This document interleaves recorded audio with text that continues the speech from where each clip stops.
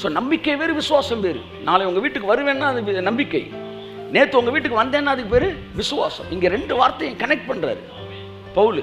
அவன் நம்பிக்கையோடு விசுவாசித்தான். அப்படின்னா என்ன அர்த்தம்னா, எனக்கு ஏற்கனவே அது முடிஞ்சிருச்சு விசுவாசம், அது நாளைக்கு வரப்போகுது நம்பிக்கை. ஆமென். எல்லாம் சொல்லுவாங்க, ஏற்கனவே முடிஞ்சிருச்சு விசுவாசம், நாளைக்கு வரப்போகுது நம்பிக்கை. முடிஞ்சது வரப்போகுது, நம்பிக்கையோடு விசுவாசித்தான். கரங்களை தட்டி கர்த்தரை சொல்லுவோம். ஆமென், ஆமென். நாளைக்கு ஒன்று வரப்போகுது, அது நாளைக்கு உருவாக்கப்பட போகிறது கிடையாது, அது நேற்றே உருவாக்கப்பட்டது. கையை தட்டுங்கள் எல்லாரும். ஆமென். ஆகவே உங்கள் வாழ்க்கையில் ஆரோக்கியம், உங்கள் வாழ்க்கையில் ஐஸ்வர்யம், உங்கள் வாழ்க்கையில் செட்டில் ஆக போகிற கடன்கள், அதற்கு தேவையான பணம் அத்தனையும் ஏற்கனவே உங்களுக்காக கட்டவிழ்க்கப்பட்டு இருக்கிறது. வருகிற நேரத்தில் அது தானாக உங்கள் வீடுகள் தேடி, உங்கள் வாசல் தேடி, நீங்கள் போகிற பாதையில வந்து சேரும் என்று நான் சொல்கிறேன். நம்பிக்கையோடு விசுவாசித்தான். முடிந்தது எனக்கு வந்து சேருமையா. ஆமென். இனிமேல கலெக்ட் பண்ண போறாரு ரூபாய. உலகத்தான் சொல்லுவான், சார் சார் இந்த பொண்ணுக்கு நல்ல ஒரு மாப்பிள்ளையை பாருங்க, இந்த பையனுக்கு நல்ல ஒரு பொண்ணை பாருங்க, இனிமேலா சார் பறக்க போறான் புரோக்கர் சொல்லுவார். அவர் அந்த ஒரே வசனத்தை வச்சு தான் ஓட்டிகிட்டு இருக்காப்புல. அப்போ அவர் ஒரு லைட்டில் இருக்கார், வெளிப்பாட்டில் இருக்கார், வெளிச்சத்தில் இருக்கார். அதனால தான் அவர் வந்து கரெக்டாக பிக்கப் ஆகி வந்துகிட்டு இருக்கார். ஏன்னா அவருக்குள்ள விசுவாசம் ஆப்ரேட் ஆகுது. என்னன்னா, இந்த பொண்ணுக்கு இனிமேல ஒருத்தன் பிறக்க போறான், ஏற்கனவே ஒருத்தன் பிறந்திருக்கிறான், அவனை நான் பார்க்க போறேன், அந்த விசுவாசம் அவருக்கு ஆப்ரேட் ஆயிருக்கு. நீங்களும் சொல்லுங்க, என் ஆசீர்வாதம் இனிமேல் உருவாக்கப்பட போவதில்லை. உலக தோற்றத்துக்கு முன்பாகவே எல்லாவற்றையும் முடித்திருந்த கர்த்தர். கைத்தட்டி அப்படிதான் பைபிளை பற்றி சொல்லு, பைபிள் அவரை பற்றி சொல்லு. சொல்லிதா ஒரு அல்லேலூயா சொல்லுங்களேன், சத்தமா சொல்லுங்களேன். உங்க கர்த்தருக்கு பேர் என்னவா? உலக தோற்றம் முதற்கொண்டு எல்லாத்தையும் முடிச்சுட்டாராம். கடைசி ஒருத்தன் பிறப்பான்ல, அவனுக்கு பேர் வரைக்கும் வச்சுட்டு அவன் நடந்துகிட்டு இருக்கிறப்ப நான் வரப்போறேன்னா, அவன் தவழ்ந்துகிட்டு இருக்கப்ப வரப்போறேன்னா, அது வரைக்கும் எல்லாம் பிளான் பண்ணிட்டார். உலக தோற்றத்தையும் முடிச்சுட்டாராம். என்னென்ன முடிச்சிட்டாரு? ஒரு செஸ்ஸை மூவ் பண்ணுறவன் அடுத்து இவன் வச்சா இது இப்படி, இவன் வச்சா அப்படி, இந்த காயை மூவ் பண்ணால் இப்படி, இந்த 12 காயில் நீ எந்த காயை மூவ் பண்ணாலும் நான் இந்த காயை எப்படி கொண்டு போகணும்னு நினைக்கிறான் பாருங்க, அப்படி தான் மூவ் பண்ணார். பழத்தை சாப்பிட்டா இப்படி, சாப்பிடாட்டி அப்படி, கையை தட்டு.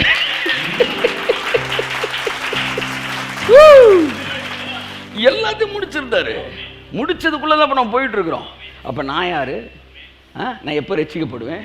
நான் என்ன பிரசங்கம், என்னென்ன வந்து என்ன செய்ய போகிறேன், வந்து எங்கே ரட்சிக்கப்பட போகிறேன், எங்கே ஊழியலை பெற போகிறேன், எங்கே அபிஷேகம் பண்ண போகிறேன், எங்கே ஊழியம் பண்ண போகிறேன், எத்தனை பேர் ரட்சிக்கப்பட போகிறாங்க, என் பிரசங்கத்தில் ஆசீர்வதிக்கப்பட போகிறவங்கள லிஸ்ட்டு, என்னோட ஊழியத்தில், நம்முடைய ஊழியத்தில் இணைக்கப்பட வேண்டிய கரங்கள், ஓ நான் யார் மூலமாக ஆசீர்வதிக்கப்பட்டு யாருடைய இம்பார்ட்டேஷனில் எனக்குள்ளே வரப்போகுது, அத்தனையுமே எழுதி வச்சுட்டேன். சகலத்தையும் நேர்த்தியாக செஞ்சு முடிச்சிருக்கிறேன். அதனால தாங்க இளைப்பாறுதல் வருது. ஒரு வேலையை அரைகுறையாக முடிச்சுட்டு நீங்கள் இளைப்பாற முடியுமா? சொல்லுங்க. நீங்கள் ஒரு கூட்டம் நடத்துறீங்க, இமானுவேல் பேர் இருக்காரு, ஒரு 500 சர்ச்சுக்கு வந்து என்ன செய்யணும், வந்து பேனர் கட்டணும். அந்த 500 சர்ச்சில் ஒரு 200 சர்ச்சுக்கு மட்டும் பேனருக்கு ஆள் ரெடி பண்ணிட்டீங்க, 300க்கு ஆள் ரெடி பண்ணல, நிம்மதியாக தூங்க முடியுமா? முடியாது. 500 சர்ச்சுக்கும் 500 பேரை ரெடி பண்ணிட்டீங்க பேனர் கட்டுறதுக்கு. அதில் ஒரு 100 பேர் இடையில சிக்கல் பண்ணாமல் ஒரு 100 பேர் எக்ஸ்ட்ரா வேற ரெடி பண்ணிட்டீங்க. இப்போ என்ன செய்வீங்க? எல்லாம் முடிஞ்சிச்சுன்னு சொல்லி இளைப்பாருவீங்க. அப்படித்தான் அவர் உலக தோற்றத்தை போய் இளைப்பாருனார்னா எப்படின்னா, எல்லாம் செஞ்சு முடிச்சுட்டு. அதனால் ஒன்று தெரிஞ்சுக்காங்க, இன்னைக்கு ஒன்று நம்புறதுக்கு எதுவே இல்லாமல் இருக்கலாம். விசுவாசம்னா அதுதாங்க. அந்த இடத்துல நம்புறதுக்கு பேர் தாங்க விசுவாசம்.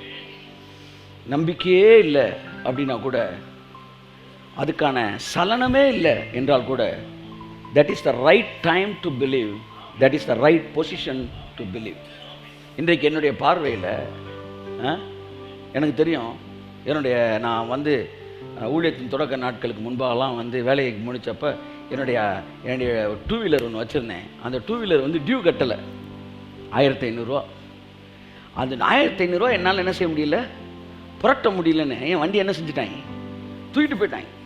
இவ்வளோ பேர் இருந்தும் என்னால் ஒரு 2 வீலர் என்ன செய்ய முடியல, காப்பாற்ற முடியல.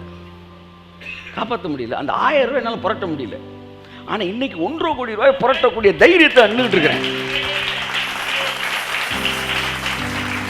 இது எங்க இருந்து வருது? இது இட் இஸ் ஃப்ரம் காட். நான் என்ன சொல்ல வரேன்னா, ஒரு தடவை கரடியை கொண்டோம், ஒரு தடவை சிங்கத்தை கொண்டோம், கோலியாத்தை ஈஸியாக கொள்வோம். அப்போ ஏதாச்சும் ஏது இருக்கா சார்? ஒரு ஏது இல்லை. யாராச்சும் உங்களுக்கு ஸ்ட்ராங்காக கமிட் பண்ணியிருக்காங்களா? இல்லை, யாரும் பண்ணலை. ஆனால் ஒன்று தெரியும், ஒரு ஏது இல்லாத இருந்தும் அது கட்டாயம் நடக்கும். ஆமாம். நம்ம காற்று பார்க்குறோம், நம்ம மழையை பார்க்குறோம். தண்ணி வரணும்னா என்ன வழி இருக்கு? காத்தடிக்கணும், மழை பெய்யணும். அவர் சொல்றாரு, காத்தும் பார்க்க மாட்டேன், மழையும் பார்க்க மாட்டேன், ஆனாலும் இந்த வாய்க்கால்கள், பள்ளங்கள், பள்ளத்தாக்கள் தண்ணீரால நிரம்பும். இவனுக்கு ஒரே குழப்பம். என்னடா காற்று இல்லை, மழை இல்லைன்னா வந்து தண்ணி வராதே. ரெண்டுமே வரல. ஆனால் ஒரு டேம் உடஞ்சிச்சு, அடிச்சு பாஞ்சு வந்துச்சு. ஓ, இப்படி ஒரு ரூட் இருக்குன்னு எனக்கு தெரியாது சார். நோவா படம் மாதிரி ஒரு ஹாலிவுட் படம் ஒன்று எடுத்திருக்காங்க புதுசாக. போய் பாருங்கள். அது இவங்களாம் சொல்கிறாங்க படம் பார்க்காமலாம் இருக்காதிங்க. போய் இந்த மாதிரி படம், நல்ல படம் பாருங்கள். இந்த நோவா இவன்ட்ட கடவுள் என்ன சொல்லுவார், நீ நோவா மாதிரி ஒரு பேழையை கட்டணும் அப்படின்னு. இவன் சொல்லுவான், என்ன ஆண்டவரே, இது பைபிளில் தான் படிச்சிருக்கேன். இல்லை, நான் சொல்கிறது நீ கீழ்ப்படின்னு. இவன் என்ன செய்வான், அதே மாதிரி பேழையை கட்ட சொல்கிறான். வீட்டில் இருக்க பிள்ளைகளும் என்ன அது கிறுக்கிய மாதிரி பேசிகிட்டு இருக்க, பைபிளில் படித்து அதோட விட வேண்டியதானப்பா, போட்டு நம்பளப்படுத்திக்கிட்டு இருக்க. நான் உங்கள் ஸ்டைலில் கதையை சொல்கிறேன். ஆமாம், கதைக்கு என் வேஷனில், என்னுடைய வேஷனில் சொல்கிறேன். உடனே இவன் சரின்ட்டு என்ன செய்வான், பேழையை கட்டிடுவான். கட்டினோடனே அப்புறம் எல்லா மிருகங்களையும் ஆவியானவர் அப்போ தான் நோவா விஷயத்தில் எவ்வளவு மிரக்கல் நடந்திருக்குன்றது அந்த படம் பார்க்க தெரியுது. ஏன்னா மிருகங்கள்லாம் அப்படியே உள்ளே வருது, அது கீழ்ப்படிஞ்சு வருது. எல்லாமே அந்த அந்த ஆவியானவருடைய மூவில் எல்லாம் வந்துருச்சு. எல்லாம் இதாகிடுது. இதை கட்டிட்டாங்க. உள்ளே எல்லாரையும் அவன் பிரசங்கம் பண்ணுறான், வந்துருங்கடா, உள்ளே வாங்கடா அந்த ஊரில் இருக்கேன்.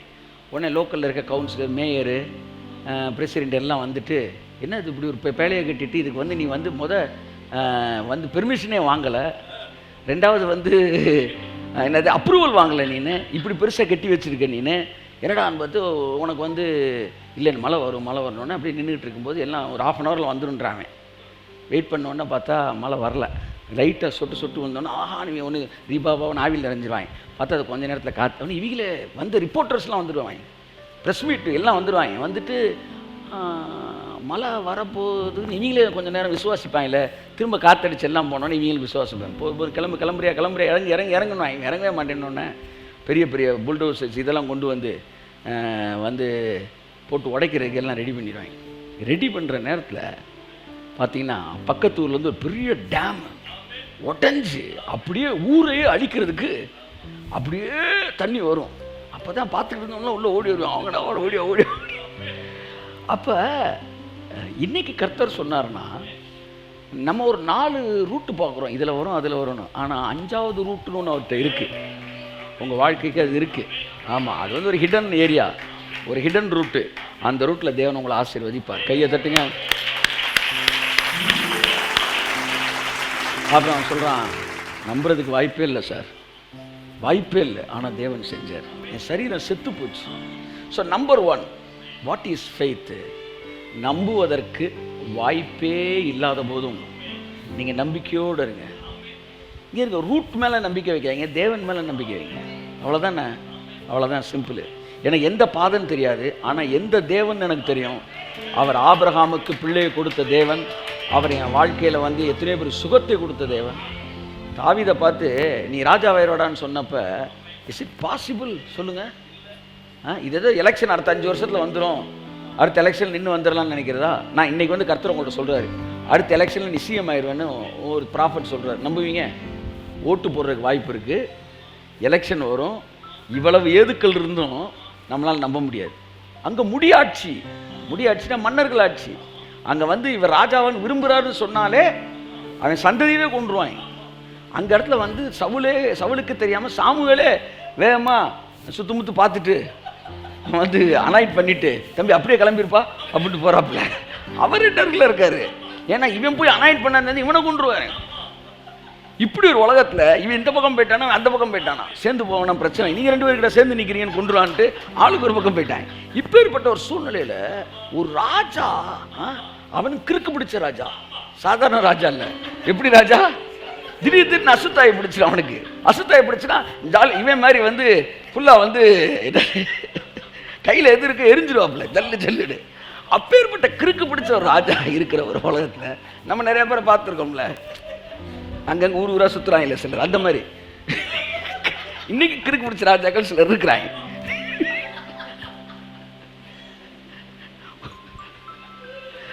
இப்படி சூழ்நிலையில இவ்வளோ எதிர்ப்புகள் மத்தியில ஒரு சாதாரணமான மேய்ப்பனை தேவன் அந்த நாட்டுக்கு ராஜாவாக கொண்டு வந்து உட்கார வைக்கக்கூடிய அளவிற்கு கர்த்தருடைய வல்லமை, கர்த்தரிடத்திலே வல்லமை இருக்கும் என்றால் உனக்கும் எனக்கும் ஏன் செய்ய முடியாது?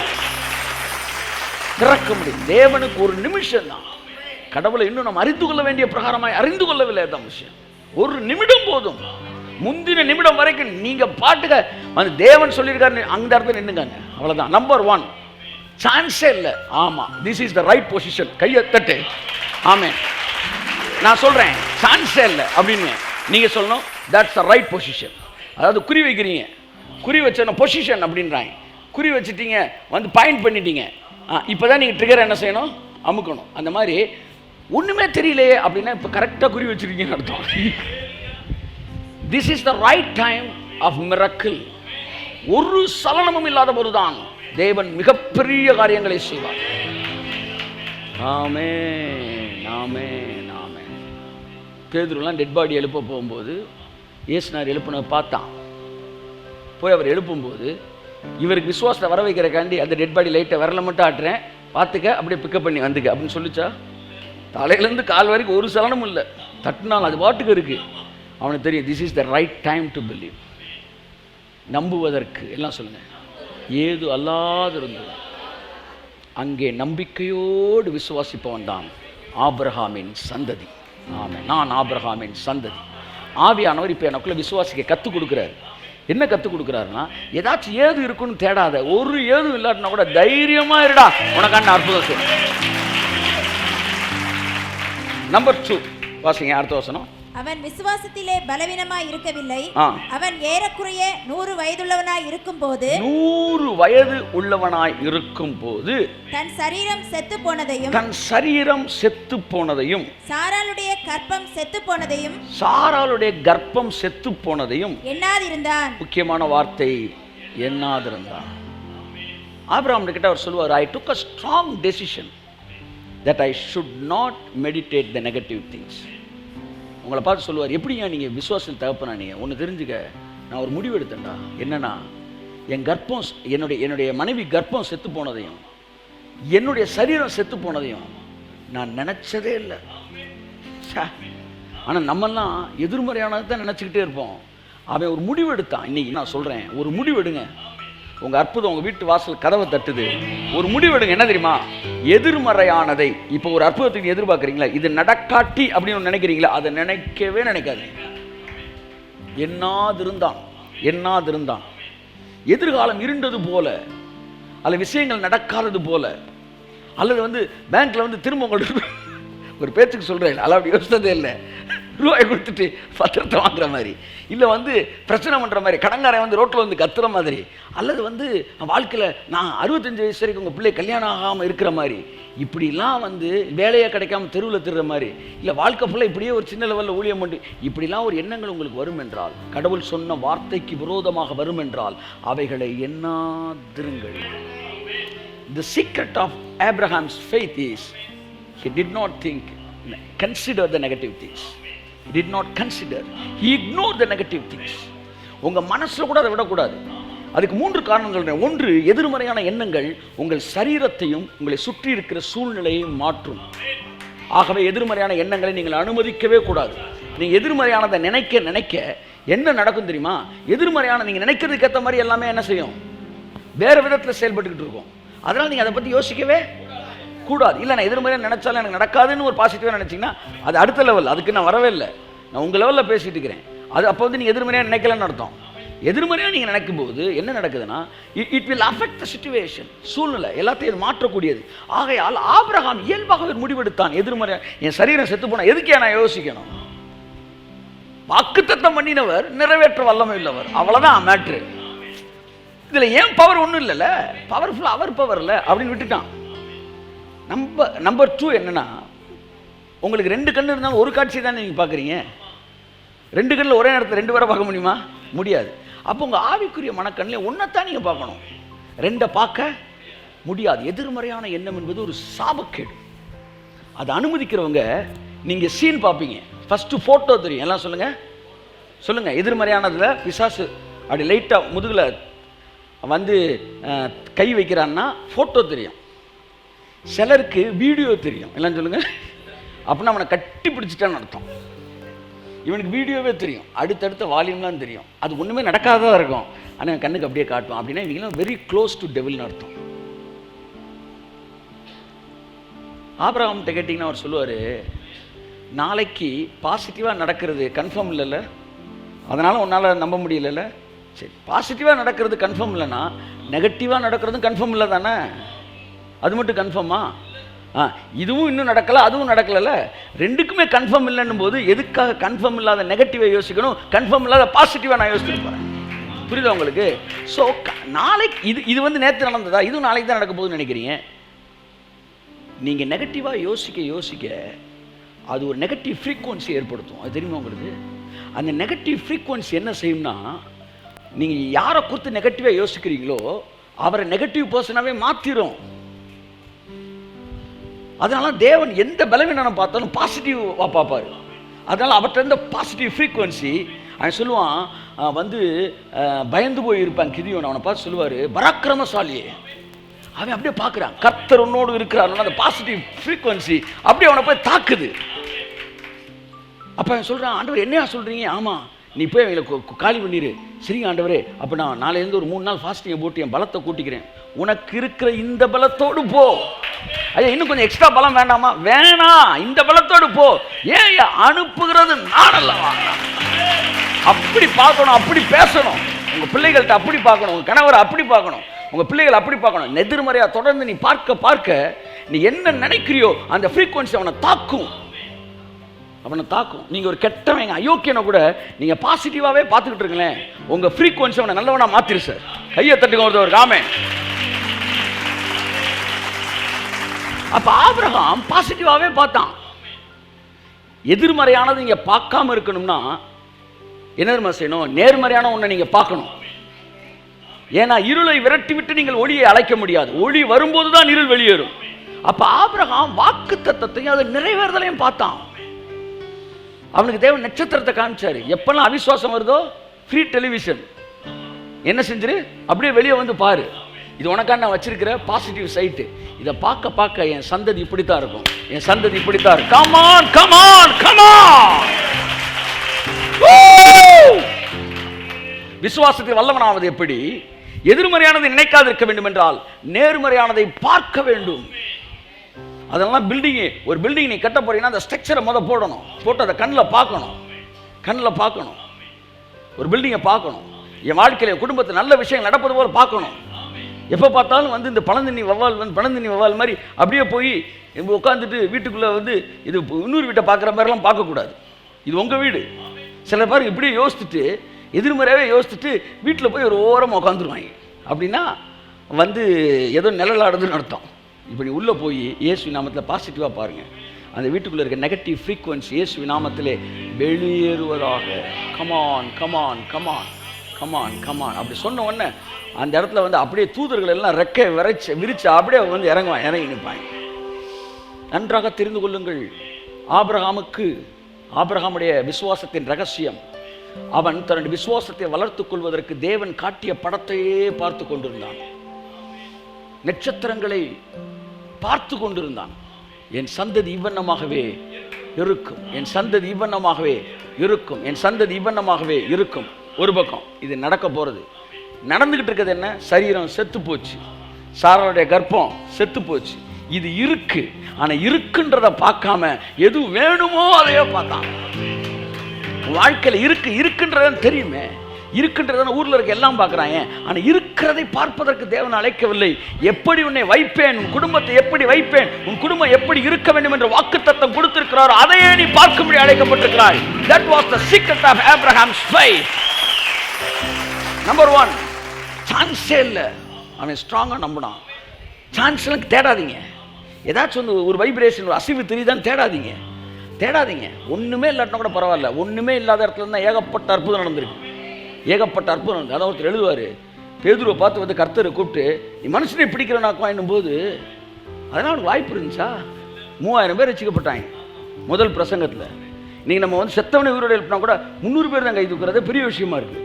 அவன் ஒரே பிரசங்கம், நோ மிராக்கிள்ஸு, 3000 பேர். That was his first sermon. Noah பேழையை செஞ்சப்ப அது அவனுடைய முதல் பேழை. முதல் பேழை. கோலியாத்தை தாவீது அடித்த போது அது அவனுடைய முதல் குறி போர்க்களத்தில். எல்லாருமே ஏற்கனவே எக்ஸ்பீரியன்ஸ் ஆனவங்க இல்லை, எல்லாருமே அவங்க ஃபர்ஸ்ட் எக்ஸ்பீரியன்ஸ்ல தூக்குள்ளாரு கர்த்தர். கையா தட்டு. ஆமென், ஆமென். எல்லாத்தையுமே கேளுங்க, எனக்கு ஃபர்ஸ்ட் எக்ஸ்பீரியன்ஸ் தான். அப்புறம் எப்படி சார் ஜெயிச்சிங்க? நம்புறதுக்கு வாய்ப்பே இல்லை. தைரியமா போங்க. உங்களுக்கு பிசாசு சொல்லுவாங்க என்ன சான்ஸ் இருக்கு? ஒண்ணுமே இல்லை, ஒண்ணுமே இல்லை. அதுக்கு பேர் தான் விசுவாசம். நம்புவதற்கு ஏதுவல்லாதிருந்தும் நாங்கள் நம்பிக்கையோடு விசுவாசிப்போம். நம்பர் 2, நாங்கள் எதிர்மறையான காரியங்களை எண்ணுவதில்லை. அப்புறம் அப்படியே உங்களை தோல்ல கை போட்டு கூட்டு போனான்னு தான் சொல்லுவார். நான் அதெல்லாம் யோசிக்கல தம்பி, நீ உன் வாழ்க்கையில் இந்த எதிர்மறையாக இருக்கலாம் யோசிக்காத. எது கண்ணுக்கு தெரியும் சார்? கண்ணுக்கு தான் தெரிஞ்சு எனக்கும். என் சரீரத்தை நான் கண்ணாடியில் பார்த்தேன்னா என் முகம் வந்து சுருங்கி இருக்கிறது கண்ணுக்கு தெரிஞ்சு. ஆனால் நான் அதை யோசிக்கவே மாட்டேனே. அதாங்க அங்கே தாங்க நிற்கிறான் அவன். அவன் இங்கே கொண்டே வரமாட்டான். இங்கே வந்தாலும் இங்கே வராது. எல்லாம் சொல்லு, இங்கே வர கூடாது. கையை தட்டுங்க ஒரு ஆமே. எது வேணாலும் எங்கே வேணாலும் இருக்கலாம், ஆனால் எங்கே வரக்கூடாது. கையை கொஞ்சம் வச்சு சொல்லுங்களேன், வைப்ரேட் ஆகட்டும். இங்கே வரக்கூடாது, இங்கே வரக்கூடாது, வர விட மாட்டேன். ஆமாம், ஏன்னா இங்கே வந்துச்சுன்னா உங்கள் வாழ்க்கை ஃபுல்லாக அது வந்துடும். அது மனதின் பிரமாணம். எல்லாம் சொல்லுங்க, மனதின். சத்தமாக சொல்லுங்க, திரும்ப சொல்லுங்க, திரும்ப சொல்லுங்க, திரும்ப சொல்லுங்க. மனதிற்கு ஒரு பிரமாணம் இருக்கிறது. அந்த பிரமாணம் என்னவென்றால், மனது எதை நினைக்கிறதோ, உன் இருதயத்தின் நினைவு எப்படியோ அப்படியே உன் வாழ்க்கை அமையும் என்பது மனதின் பிரமாணம். அதனால பிசாசு மனசை கெடுப்பான். கெடுத்து கெடுத்து கெடுத்து அவன் எதிர்மறையான வீடியோவாக காட்டுவான். இவங்களுக்கு பெரிய அறிவாளி, ஊருக்குள்ளே நம்ம தான் பெரிய சிஐடி சவுந்தலா, நம்ம தான் உலகத்திலே வந்து பெரிய ஜேம்ஸ் பாண்டு அப்படின்னு நினச்சிக்கிட்டு யோசிச்சுக்கிட்டே இருப்பாங்க. பாருங்களேன், இவன் என்ன நினைக்கிறானோ அதுவே அவனுக்கு நடக்கும். இவன் என்ன நினைக்கிறானோ அது இவனுக்கு நடக்கும். அது எப்படிங்க? ஒரு ஆள் நெகட்டிவாக ஒரு ஆள் பாசிட்டிவாக நினைக்கும் போது ஒரே ஃபேமிலியில் இருக்க 2 பேருக்கு 2 நடக்கும் சார். இந்த அண்ணன் தம்பி எல்லாம் வந்து தெருவில் தெரியுற மாதிரி நினச்சிக்கிட்டு இருந்தாங்க. ஒருத்தர் மட்டும் ராஜாவாக நினச்சிக்கிட்டு இருந்தான். நான் நினச்சேன், அது எப்படினாலும் குடும்பத்தில் 50 பேரும் தானே மேலே வருவாங்க, 50 பேர் கீழே வரும். பார்த்தா கரெக்டாக ஒருத்தனை பிச்சு தூக்கிட்டு போயிட்டார். தூக்கிட்டு போய் செழிப்பான இடத்துல உட்கார வச்சு, ஏன்னா அவர் அதை நினச்சார், அவர் அங்கே போயிட்டார். நீ இதை நினச்சார், இங்கே போயிட்டார். தயவுசெய்து சொல்கிறேன், உங்கள் எண்ணங்கள் வலிமையானது. எதிர்மறையான காரியங்கள் சுற்றி இருக்கலாம், ஆனால் உங்கள் சிந்தனைக்கு வரவே கூடாது. ஆபிரகாமின் விசுவாசத்தின் ரகசியம் அதுதான். முடிக்கிறேன். 3வது பாயிண்ட் வாசிங்க. தேவனுடைய வாக்குத்தத்தத்தை குறித்து அவன் அவிசுவாசமாய் சந்தேகப்படாமல் தேவன் வாக்குத்தத்தம் பண்ணினதை. நீங்க ஆபிரகாம்கிட்ட போய் வாக்குத்தத்தத்தை பத்தி என்ன நினைக்கிறேன்னா, நீங்க எல்லாம் நினைக்கிற மாதிரி நினைக்கலப்பா. நம்மளாம் வாக்குத்தத்தத்தை வந்து புக் மார்க்கரா நினைக்கிறோம். ஆனா ஆபிரகாம் நினைக்கவே இல்லை. அது உச்ச நீதிமன்ற தீர்ப்பாக நினைத்தான். கை தட்டுவது ஆமே. ஆபிரகாம் வாக்குத்தத்தத்தை உச்ச நீதிமன்ற தீர்ப்பாக நினைத்தான். உங்களுக்கு எத்தனை பேர் வாக்குத்தத்தத்தை உச்ச நீதிமன்ற தீர்ப்பாக நினைக்கிறீர்கள்? ஒரு உச்ச நீதிமன்றத்தில் ஒரு தீர்ப்பு சொல்லிட்டா அந்த தீர்ப்பு நிறைவேறிய ஆகும் உங்கள் வாழ்க்கையில். அதாவது it was not just a word, it is the complete force of heaven. ஒரு வார்த்தையை சொல்லிட்டு அதுக்கு என்ன தெரியுமா அர்த்தம் சார்? அதாவது ஆபிரகாம், நான் ஒரு இமேஜினேஷன் சொல்கிறேன். உங்களை பார்த்தா என்ன சொல்லுவார்னா, நான் ஒரு டெரரிஸ்டாக இருந்தேன்னா, நல்லா கவனிங்க, வாக்குத்தத்தத்துக்கு ஒரு புதிய ஒரு டைமென்ஷன் தரேன் உங்களுக்கு. நான் ஒரு டெரரிஸ்டாக இருந்து உச்ச நீதிமன்றத்திலேருந்து அவனை உடனே எங்கே இருந்தாலும் பிடிச்சு அவன் தலைக்கு விலை அவனை தூக்கணும்னு சொல்லிட்டா ஃபுல் ஃபோர்ஸ் இறங்கி என்ன செய்யும்னா அவனை தேடி பிடிக்கும். நீங்கள் வந்து ஒரு வழக்கில் வந்து நீங்கள் போய் ஆஜராகாமல் இருந்தீங்கன்னா உங்களுக்கு என்ன வாரண்ட் கொடுப்பாங்க? பிடி வாரண்ட். ஆபிரகாமை பொறுத்தவரை ஆசீர்வாத வாக்குத்தத்தம் என்பது ஒரு பிடி வாரண்ட். கையெழுத்து ஒரு Raman. What is meant by promise? Promise means பிடி வாரண்ட். அப்படின்னா நீ எங்க உட்கார்ந்து இருந்தாலும் உன்னை வந்து அங்கே கொத்திட்டு போயிடுவாங்க. வாக்குத்தத்தத்தை நீ பெற்றவனாய் இருப்பாயானால் உன் வாழ்க்கையில் நீ எங்க இருந்தாலும், சில நேரம் நீங்க ரொம்ப தப்பிக்கிறாங்க, உங்களுக்கு தனிப்படை அமைப்பாங்க போலீஸ். அப்படித்தான் நான் சொல்றேன், ஆபிரகாமை ஆசீர்வதிப்பதற்கு என்று பரலோகம் தனி படை அமைத்தது. என்னை உன்னை ஆசீர்வதிப்பதற்காக பரலோகம் என்று தனி படை அமைத்து நாம் எங்க இருந்தாலும் நமக்கு ஒரு பிடிவார். கையை தட்டு.